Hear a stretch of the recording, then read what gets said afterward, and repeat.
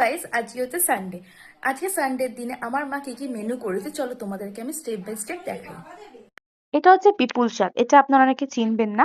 এটা হচ্ছে আমার মাসির বাড়ি থেকে আনা হয়েছে। আর অনেকে চিনতেও পারেন, যারা গ্রামে থাকেন তারা অবশ্যই চিনবেন। এটা আজকে আমার মা রান্না করছে মাছের মাথা দিয়ে। ওকে।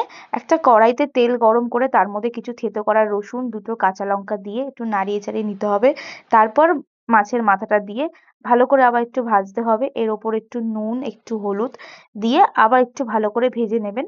নেয়ার পর হচ্ছে একটু জল দিতে হবে। একটু জল দিয়ে কিছুক্ষণ এটা ফোটাতে হবে ভালো করে। কিছুক্ষণ ফোটানো হয়ে গেলে ঢাকা দিয়ে ফোটাবে।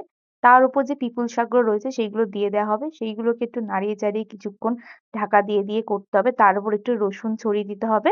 দিয়ে দেখবে এটা হয়ে গেছে। হয়ে গেল পিপুল শাক রান্না। এবার হবে দই কাতলা।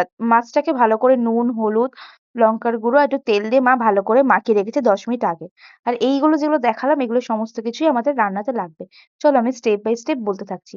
প্রথম হচ্ছে তেলটা গরম করে মাছটাকে একটু হালকা করে ভেজে নেবে। বেশি কড়া করলে কিন্তু হবে না। হালকা হালকা করে ভেজে এটাকে তুলে রাখা হচ্ছে। এরপর হচ্ছে তোমাদের যে মশলাগুলো দেখিয়েছি, আদা রসুন যেগুলো রয়েছে সমস্ত কিন্তু পেস্ট করে রাখতে হবে। দেন হচ্ছে আবার কড়াই গরম করে, কড়াতে তেল গরম করে তেজপাতা, একটা শুকনো লঙ্কা, একটু চিনি দেবে জাস্ট কালারের জন্য। ওকে।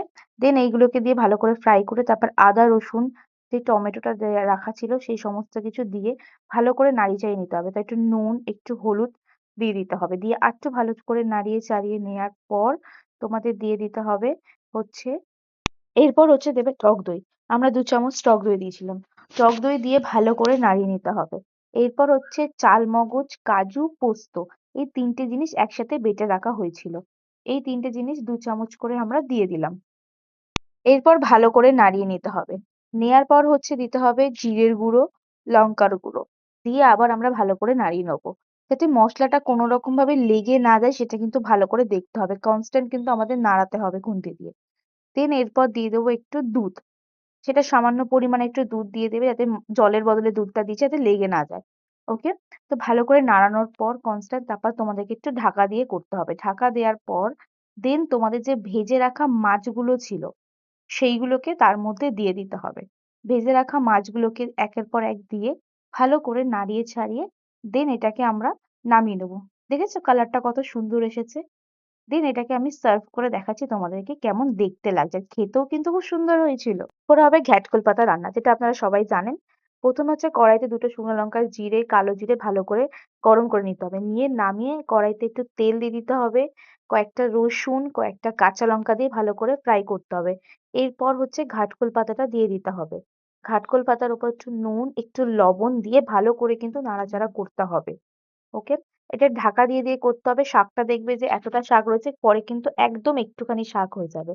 যখন ওই শাকের পরিমাণটা কমে এসেছে, ভালো করে ভাজা ভাজা করা হয়ে গেছে, এবার তোমরা সেটাকে শিলেও বাটতে পারো বা সেটা মিক্সিতেও বাটতে পারো, কিন্তু শিলে বাটলে টেস্টটা একটু বেটার হয়। তো আমরা এটা শিলে বেটেই করেছিলাম। শিলে সমস্ত শাক যেটা ভাজা সেটা আর যেটা আমরা ফ্রাই করে রেখেছিলাম সেটাকে বেটে ভালো করে দেখবে বেটে নেবে। হয়ে গেল আমাদের ঘাটকল পাতা। এবার আমি সার্ভ করে দিলাম। রবিবারে যে যে মেনুগুলো আমাদের বাড়িতে হয়েছিল সবই আমাকে আমার মা খেতে দিয়েছিল সুন্দর করে সার্ভ করে। তো চলো, চলো টাটা। পছন্দ হলে লাইক, কমেন্ট, শেয়ার, সাবস্ক্রাইব করে দিও।